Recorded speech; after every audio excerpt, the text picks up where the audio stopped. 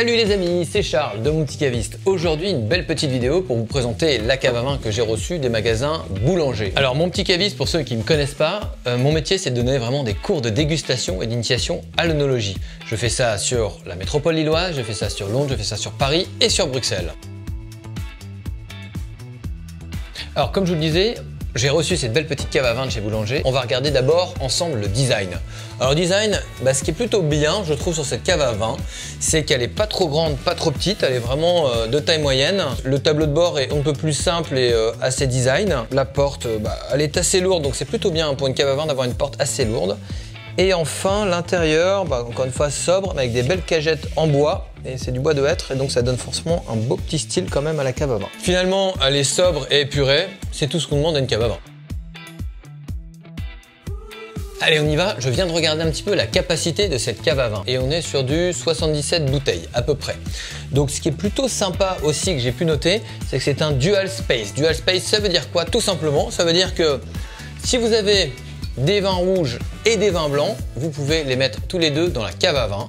Par contre, la température sera différente d'un étage à l'autre. Alors les amis, tant que je vous tiens sur la capacité de cette cave, attention, ils disent 77 bouteilles, mais ce sont des bouteilles bordelaises, donc vraiment la bouteille classique de vin. Si on part sur des bouteilles un peu plus costauds, un peu plus grosses de différentes régions comme celle-ci du Languedoc-Roussillon, forcément il y en aura un petit peu moins en capacité. Alors deuxième petite astuce aussi, à quelle température conserver les rouges et à quelle température conserver les blancs? Et oui, comme c'est un dual space, il y a deux espaces, donc ça veut dire deux températures. Alors pour les rouges, c'est très simple, la température de garde des vins rouges, elle est entre 14 et 16 degrés, d'accord? C'est ce qu'on appelle un vin chambré. Concernant les vins blancs, c'est tout simple, là on descend entre 14 à 10 degrés, d'accord?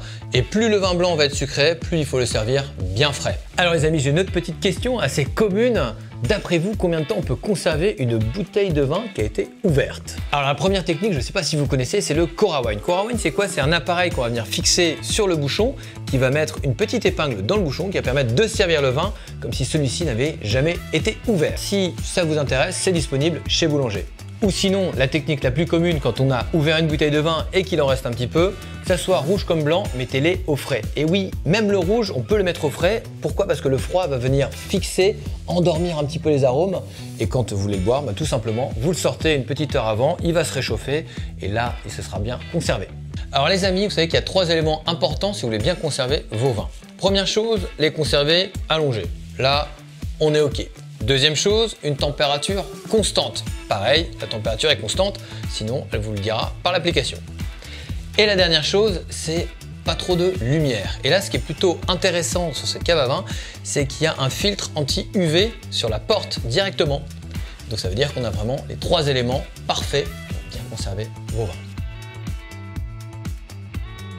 Petite question aussi, il y a différents types de caves à vin. La plus courante et la plus classique qu'on trouve, aux alentours de 300 à 500 € sont des caves à vin de conservation courante du vin. Ce ne sont pas des caves qui sont faites pour faire vieillir le vin. Contrairement à la cave à vin qui est juste là, forcément celle-ci c'est une cave de vieillissement. Là elle va faire bien vieillir le vin correctement. Alors on enchaîne sur une autre question assez commune aussi, c'est est-ce que tous les vins sont bons à bonifier, à se garder? J'ai envie de vous dire oui et non. En fait, certaines régions se gardent beaucoup mieux que d'autres. On va citer Bordeaux, on va citer la Bourgogne, mais il y a un élément indispensable si vous voulez que ça garde vraiment le vin dans la longueur, c'est l'élevage en barrique. Et oui, le bois fait que ça aide énormément à la conservation du vin. Alors du coup, mon conseil là-dessus, les vins âgés, ne les carafez pas. Et oui, pourquoi? Parce que les vins âgés, souvent, il y a du dépôt qui est juste là. Et si vous les carafez, vous mélangez tout le dépôt avec la carafe et avec le vin, c'est pas forcément très bon. Donc le conseil sur les vins âgés, vous les ouvrez 6 à 4 heures avant et vous les laissez debout dans la cave. Et une fois que c'est bon, vous les servez tranquillement au repas. Vous allez voir que le vin va changer, va évoluer au fur et à mesure du repas et c'est ça la magie du vin. Alors que les vins jeunes, il n'y a pas de problème, vous pouvez les carafer, il faut les remuer. Pour reprendre une petite comparaison que j'aime bien faire pendant mes cours de dégustation, les vins jeunes c'est un peu comme des adolescents qu'il faut motiver, qu'il faut booster. D'ailleurs vous connaissez le mouvement qu'on fait en permanence quand on goûte du vin, on tourne le verre. Pourquoi? Parce qu'on mélange les molécules d'oxygène et de vin et donc ça réveille les saveurs du vin. Il faut bien comprendre que le vin finalement il est un peu endormi dans la bouteille, donc il a besoin d'oxygène pour se réveiller. Alors ce qui est génial aussi avec cette cave à vin, c'est qu'elle est connectée à une application et cette application vous permet d'avoir plusieurs fonctionnalités. La première c'est quoi? Déjà on peut gérer un peu les températures en fonction des zones et on peut même définir quel type de vin, champagne, rouge, blanc, on veut dans cette zone. Donc ça c'est vraiment génial. En plus de ça, je peux voir ma cave avec tous mes vins, donc ça c'est au top. Et quand je clique sur un vin, je peux même voir avec quoi l'associer et croyez-moi, ça va vous changer vos soirées. Et vous avez même une fonctionnalité, je viens de la découvrir à l'instant, Inspirez-moi. Inspirez-moi, c'est quoi? C'est donc du coup, il y a tous les plats, bœuf, veau, porc, des légumes, etc., etc. Et en fonction de ça, il vous propose, en fonction de vos vins, avec quoi accorder ça. Alors une autre question que la plupart des gens me posent pendant les cours de dégustation, c'est quels sont les bons et les moins bons millésimes? Alors, les bons millésimes, il faut savoir qu'en général, ce sont les millésimes où il a fait très chaud. Alors, je vais partir du bas vers le haut. Si vous en trouvez encore, c'est déjà très bien, mais ça va vous coûter très cher. 2005, 2009, 2010, ça c'est pas évident à trouver, mais ce sont des très bons millésimes. 2015, 2016 également. Et là, les derniers, c'est plutôt sympa, et ça on en trouve encore pas mal. 18 et 19. Alors, comment bien choisir une bouteille de vin?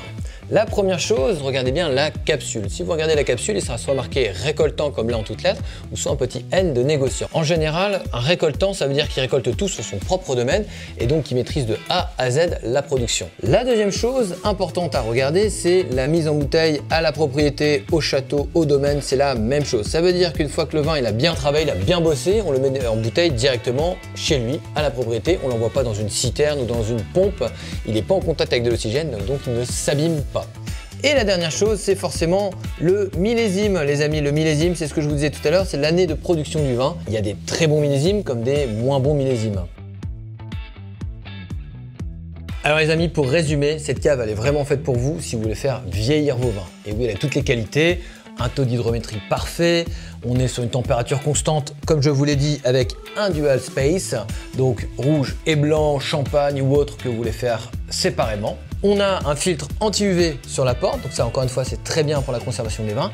Et on a un système dont je vous en ai pas parlé non plus, c'est l'antivibration. L'antivibration c'est quoi? C'est imaginez que vous mettez votre cave à la fenêtre et qu'il y a des bus, des camions qui passent, ça fait vibrer la cave, ça fait vibrer un peu la maison. C'est pas très bon pour le vin. Et là, pour le coup, le système anti-vibration fait que la porte est très costaud et ça aide à ne pas avoir de vibration et à bien conserver le vin. Et enfin, elle est pratique et intuitive grâce à l'application qui vous permettra encore une fois de choisir la température en fonction des vins que vous voulez entreposer dedans. Vous pouvez également consulter votre cave, savoir avec quoi accorder les vins qui sont dans votre cave et enfin la température de service de vos vins. Voilà les amis, j'espère que cette petite vidéo vous a plu, où j'ai pu vous décrire quelques fonctionnalités de cette belle petite cave à vin de chez Boulanger.